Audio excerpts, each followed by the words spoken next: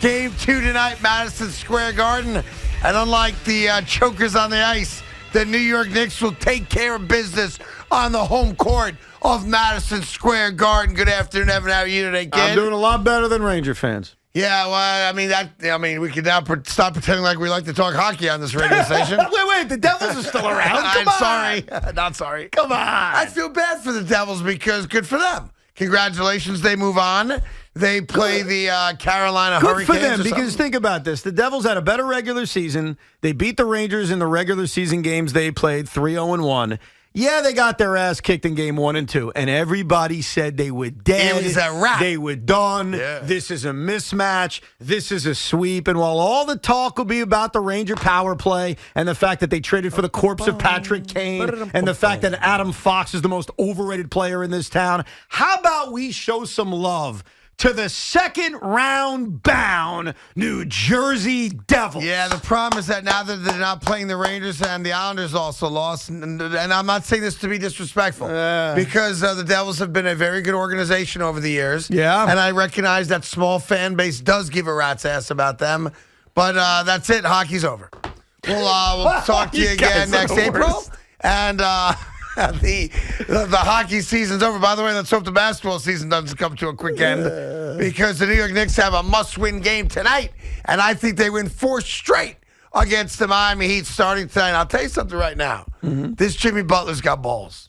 This Jimmy Butler's got a set of stones in his pants that I'm envious of, because if you were the star player on a New York franchise and you slightly rolled your ankle to the point where you're really ineffective the final 5 minutes of a playoff game, and you are seen wandering the streets of Manhattan, limping all over the place on Fifth Avenue and beyond, and then you don't play well or maybe don't play at all, that would be a real problem for us. But you got to look at it the other way. What if you do play and you do play well? Yeah. You become a legend. A legend. A legend. The man rolled his ankle, walked the streets of Manhattan, and dropped 35. Yes. And by the way, that guy's a beast. So I wouldn't be shocked. Don't you agree? And look, with injuries, how the hell do we know? We have no idea. But with this injury, after seeing Jimmy, I wouldn't agree with you that he was ineffective. He just didn't do anything. Well, he didn't touch the ball on offense. They didn't go after him on defense. That's the term ineffective. Yeah, but ineffective means like he tried to do something and was not good. No, he just took up space. Yeah. Okay, maybe he was a decoy. Who the hell knows?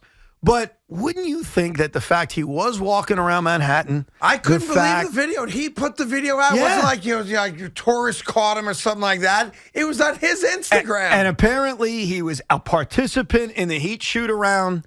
Yeah. Doesn't it make you think he's playing?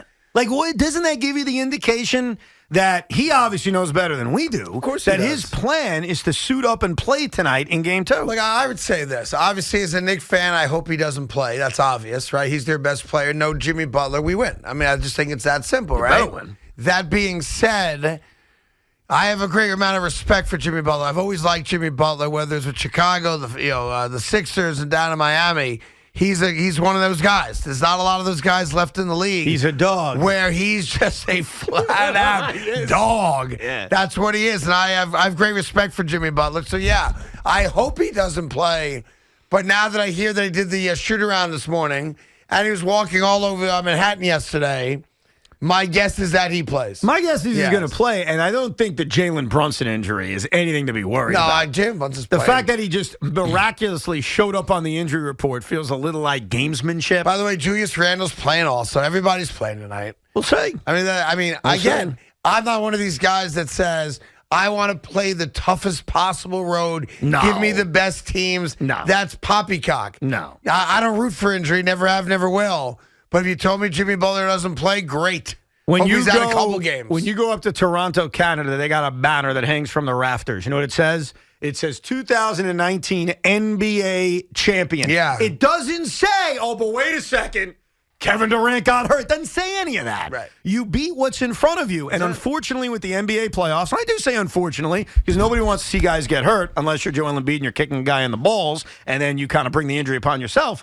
Other than that, like, injuries are part of basketball. We've seen a lot of it throughout this postseason, and if it happens to benefit you, Take advantage of it. But that's the key, Craig. See, that's the thing. You got to take advantage of it. Yeah, because Celtics didn't last night. As much as you and I agree that, boy, you take Jimmy off Miami, they got no chance. You can't just roll the basketball out there and expect to kick your team's ass for 48 minutes because they're missing their best player. And you're right. We saw a glimpse of that last night in Boston, though James Harden's kind of stepped up for it. I mean, the Celtics were 10-point favorites at home, no Joel Embiid. And James Harden, to his credit, turned the clock back 10 years like he was a 25-year-old. Okay, now hear me out on this, Greg. Go ahead. The Miami Heat have played injured basically all year. Yes. They've had an injury basically every night. They've got two guys on their roster that are clearly not what they used to be in Kyle Lowry and Kevin Love. Who both played very well in Game 1. Is it not possible for a game they could give you that flashback performance? Obviously it's possible. I kind of feel like they gave it to you in Game 1. Like, I'm not expecting Kyle Lowry to have 18 points. I'm not expecting Kevin Love. How about 4 blocks by Kyle Lowry? I'm not expecting to have 4 blocks either. Yeah. So, listen, obviously it's possible. They are professionals, right? My gut feeling, not just because I'm a fan, is that the Knicks win tonight. Well, I have to believe that also. And I take fandom aside on this one, and you've seen this before, and I'm not going to bring up the gambling aspect of it. I'm going to put up the winning aspect of it.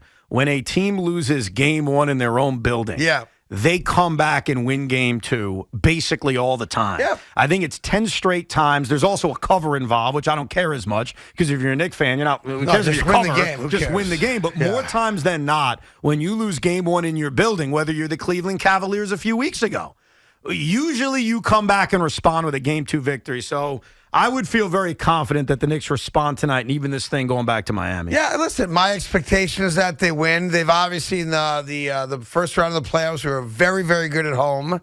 They had kind of an outlier game in Game 1, in my opinion at least. 7 for 34 from behind the arc. They weren't playing quote-unquote Knick basketball.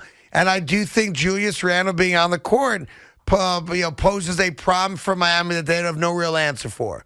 Which is why Julius Randle, the last couple games against Miami, averaged about 30 points a game. In the last couple games of the regular season. Obviously had that one game winner where he fumbled the ball all over the place. But look, bottom line is this.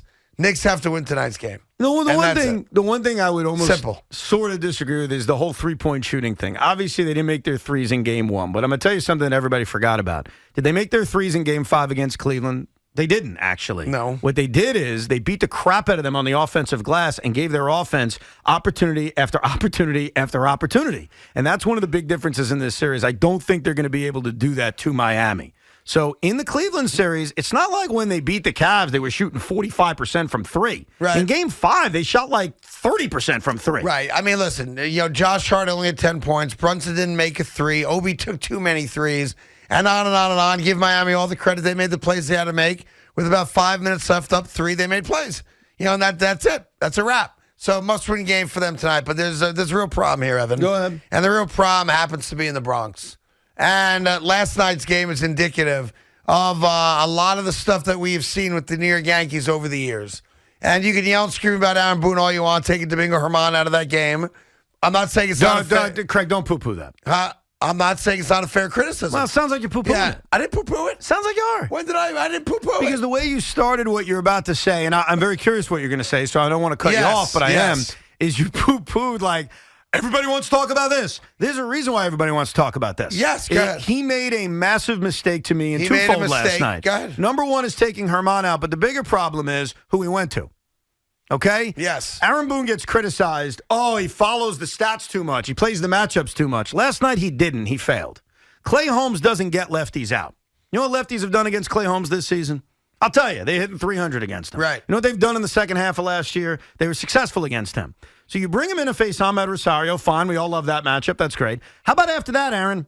How about after that? Do you like those matchups? Do you like him facing Jose Ramirez? Do you? Do you like him facing Josh Naylor? Do you like those matchups? Right. If you're going to take Germán out, which I wouldn't have done, I think you go to Michael King or you give Germán one more batter and you go to Wandy Peralta. So for everybody who bitches about Aaron Boone following the book too much, he didn't follow the book. He burned the book last night. Right. He screwed up. And he had no answer after the game. I didn't hear a good answer other than I just felt like it was the right move. Well, why'd you feel like it was the right move? So... And you got to be consistent. If you want to be a by-the-book guy, be a by-the-book guy, whether we like it or not. If you want to be a gut-feel guy, be a gut-feel guy. Do you think that the New York Yankees, you think there's anybody in this bullpen that deserves the right to be the closer of this team? No, I do not. Okay. There is no closer. No. I don't think the Mets have a closer. You know I what think they it's got to have? be based on matchups. You got to go with your best pitchers and who they're best matched up against. Clay Holmes against Rosario, I'll give you. Great matchup, and he got the ground ball. I'll give you that.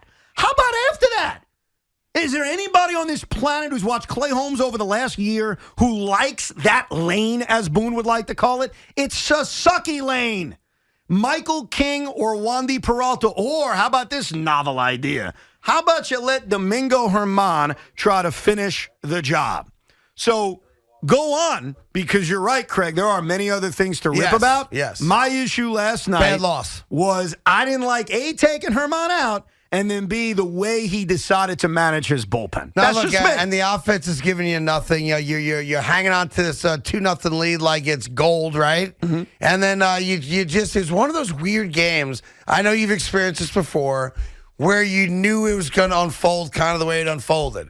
Like Peralta, bases loaded, you know what's happening, right? Was there any debate that the Yankees were not going to, get out of that inning tied 2-2? Did you have any, I don't know if you watched it live or not. Yeah, but I did. Okay, so here's where I would agree and disagree with you. Once he took Germán out, went to Clay, Yes. I felt like he was blowing the game. Once Wandy came in, I got to tell you, maybe I don't speak for every Yankee fan, I actually had confidence he was going to get out of it and keep it tied.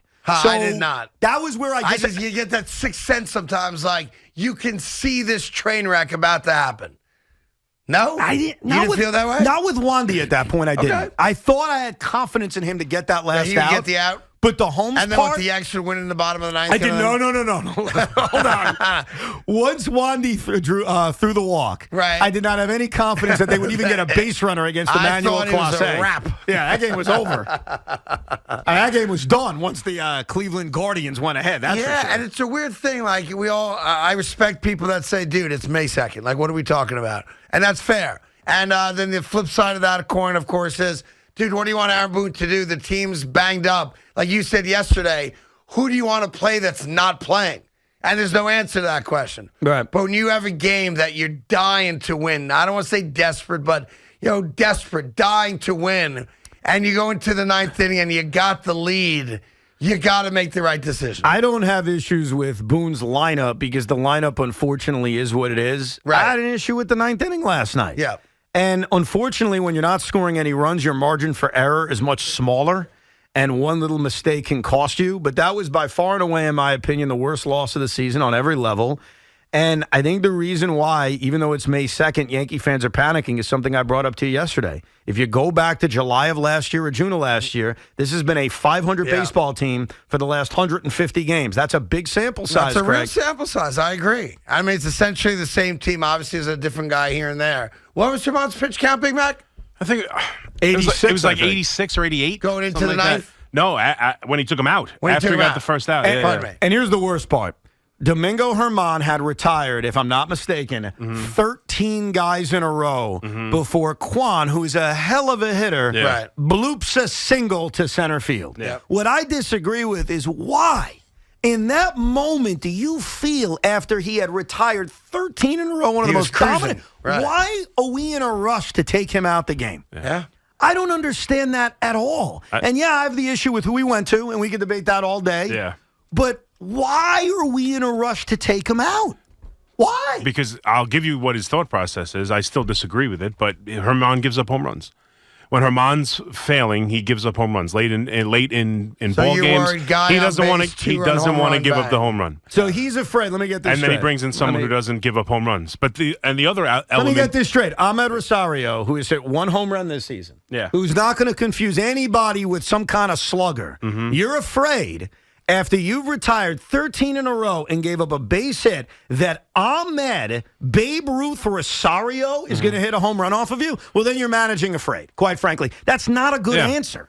I'm sorry. I don't disagree, but he didn't want to go through the fourth time through the top of the order with Germán afraid to And give by up the a home way, run. I don't think. And I disagree with him. I don't think Yankee fans are panicked. I think Yankee fans are pissed. Yes. And I think there is a difference between panicking and, oh my God, the season's over. Yeah. We're not going to make the playoffs. I don't think there's a Yankee fan out there that's at that level yet after what amounts to a 500 month of April, right? Now into May, the second day into May.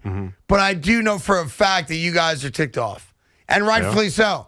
because you got 40,000 people at the ballpark every night, and you're not seeing a good product. And you heard something last night that you'll hear occasionally at Yankee Stadium. It's become more famous at the Garden, though not these days. You heard the groan and the anger and the boos. When Aaron Boone came out to take Herman out, the crowd was pissed. Yes. The crowd was pissed because of what you said. He's cruising. Because they're also watching a guy. I know he's not Garrett Cole, but they're watching a guy dominate.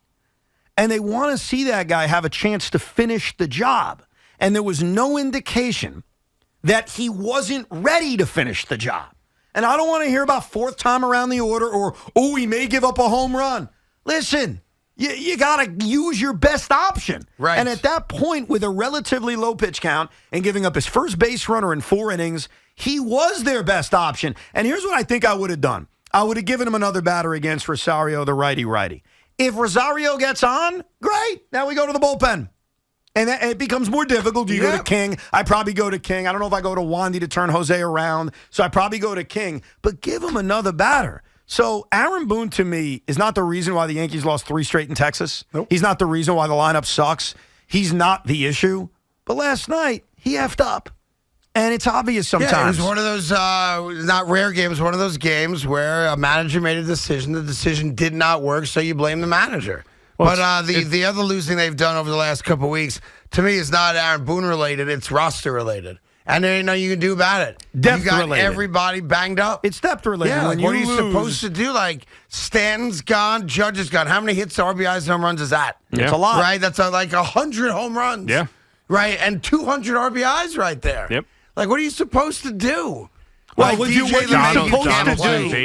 supposed Right. to do is the guys who were in the lineup, and DJ did it last night because he drove a run in. The guys who were there, Gleyber Torres, after that great start, has cooled off. Guys got to step up. Yep.